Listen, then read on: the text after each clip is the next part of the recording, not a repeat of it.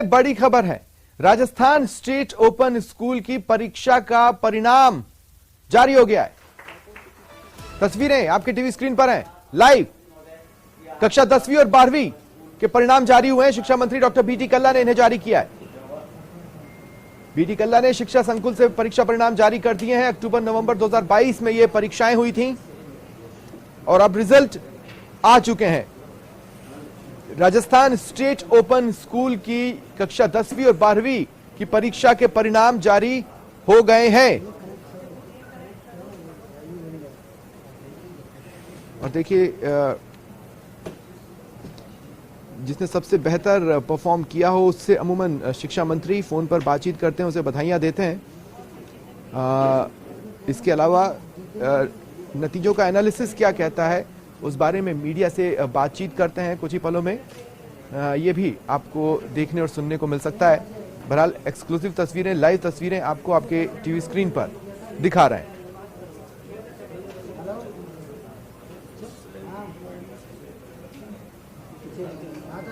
शिक्षा मंत्री बीटी कल्ला ने राजस्थान स्टेट ओपन स्कूल की कक्षा 10वीं और 12वीं के परीक्षा परिणाम जारी कर दिए हैं।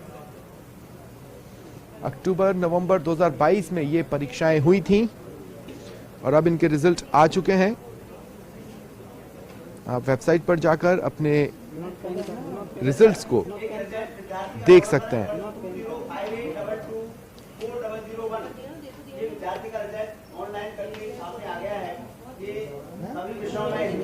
मैं ऑन करता हूँ, मैं कहाँ से दूंगा उसे लाइन यार, ये शूट कर लूँ पहले।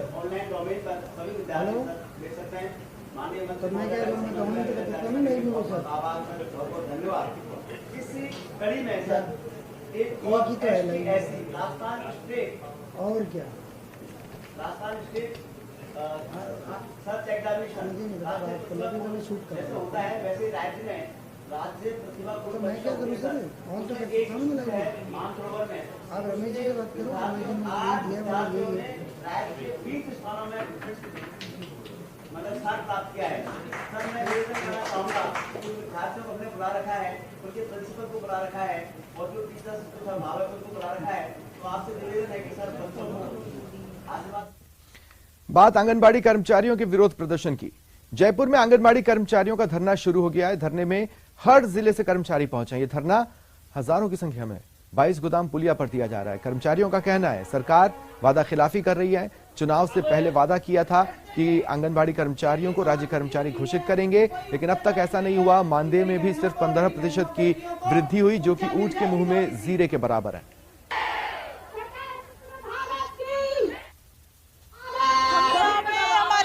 समर्थन में खड़े हुए। सन 2017 में गहलोत सरकार ने हमसे वादा किया था कि राज्य कर्मचारी बना दिया जाएगा, लेकिन अभी 5 वर्ष पूर्ण होने पर उन्होंने अभी तक हमारे वादे पूरे नहीं किए कि हम सब आंगनबाड़ी कर्मी जितने भी कार्मिक है सबको परमानेंट कर देंगे, लेकिन परमानेंट तो छोड़ो, सम्मानजनक मानदेय भी नहीं मिला जी।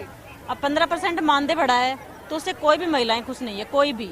अगर हमारा सम्मानजनक मानदेय नहीं हुआ तो हम निरंतर हड़ताल जारी रखेंगे। सारी बहनें आज यही डिमांड अपनी लेकर के इकट्ठी हुई हैं। हम लोगों ने पहले भी धरना किया था और आज फिर हमने विधानसभा का घेराव करने की रणनीति बनाई है। हमारी डिमांड यही है कि हमें परमानेंट किया जाए।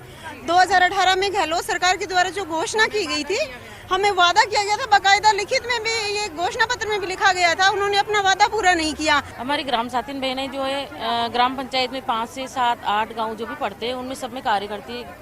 और जो सरकार की योजना होती है, बेटी बचाओ बेटी पढ़ाओ का है, बाल विवाह का है, घरेलू हिंसा का है, मतलब ऐसी बहुत सारी कोई योजनाएं हैं, उन सब योजनाओं को ग्रामीण तक पहुंचाती है। और इसके बीच में हमारा मानदेय 4500 रुपये है। आज 4500 रुपये मानदेय में कुछ भी नहीं होता। 12 में निर्माणाधीन हड़ौती की जीवनदायिनी परवन वृहद सिंचाई परियोजना का काम खटाई में पड़ता दिख रहा है। परियोजना से कोटा, बारां, झालावाड़ के 3 लाख लोगों को पीने का पानी और खेतों को सिंचाई का पानी मिलना था, लेकिन साल 2023 में पूरा होने वाला काम यहां काम कर रही कंपनी की मनमानी के चलते लंबित हो चला है। नहरों का काम कर रही कंपनी ने अपना काम पेटी ठेकेदारों को सौंपा और अब पेटी ठेकेदारों को समय पर भुगतान नहीं होने पर उन्होंने काम बंद कर दिया, जिससे काम लगभग ठप सा हो गया। यहाँ की सभी के लिए करोड़ रुपए के लगभग का भुगतान बकाया है। कंपनी की तरफ से पिछले 3 महीनों से तो रेगुलर किसी को 1 रुपया भी भुगतान नहीं किया जा रहा।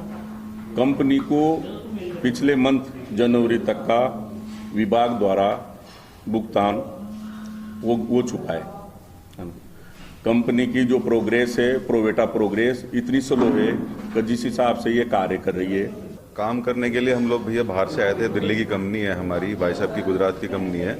और जब काम इन्होंने दिया था तो अच्छे आश्वासन दिए थे कि आपका पेमेंट टाइम पे हो जाएगा। लेकिन जब हमने काम करना शुरू करा तो 3 महीने के बाद भी इन्होंने, अभी तक 6 महीने हो गए हमें टोटल, और करीब हमारा 1 करोड़ रुपए से ऊपर का बिल है। 10 लाख रुपए तक अभी तक पेमेंट करा है। उसके बाद अब सब बहुत सारा परेशानी है। ना लेबर को पैसा दिया जा रहा है, ना मशीनरी वालों को पैसा दिया जा रहा है, ना जो लेबर है, सब बहुत ज़्यादा परेशान है। काम करने की स्थिति आगे बन नहीं पा रही है जब तक ये पैसा नहीं देते। प्रदेश में महिलाओं को अब ब्रेस्ट कैंसर की जांच के लिए झिझक का सामना नहीं करना पड़ेगा। ब्रेस्ट की जांच अब न सिर्फ बिना स्पर्श के हो सकेगी, बल्कि इस दौरान होने वाला दर्द भी महिलाओं को नहीं होगा। ये सब संभव होगा मैमोग्राफी के विकल्प के रूप में थर्मोग्राफी स्कैन के जरिए। प्रदेश के सबसे बड़े एसएमएस अस्पताल में थर्मोलिटिक्स नाम की मशीन आई है। इस नई तकनीक के जरिए जांच महज 10 से 15 मिनट में पूरी हो जाती है। महिलाओं को जांच के लिए एक कंपार्टमेंट में रखा जाता है जहां टेक्नीशियन की मौजूदगी भी नहीं होती। इससे महिलाओं को जांच के दौरान पूरा कंफर्ट जोन मिल जाता है। मेमोग्राफी का जो रोल था वो इम्पोर्टेंट रोल था, बट जो हेजिटेशन है अपने लोगों में, जो उसके हेजिटेशन है सबसे बड़ी है कि उसमें एक तो रेडिएशन एक्सपोजर होता है, वो एक बहुत बड़ा, क्योंकि कैंसर का कारण होता है रेडिएशन एक्सपोजर, तो वो एक हेजिटेशन होती है। दूसरा इसमें जो हेजिटेशन, बड़ी हेजिटेशन है वो है कि जो मेमोग्राफी है वो एक पेनफुल प्रोसीजर होता है। उसमें जो मशीन है वो उसमें ब्रेस्ट को कंप्रेस करना पड़ता है और एक टेक्नीशियन आपके साथ रहता है, वो भी एक हेजिटेशन रहता है एक्सपोजर का।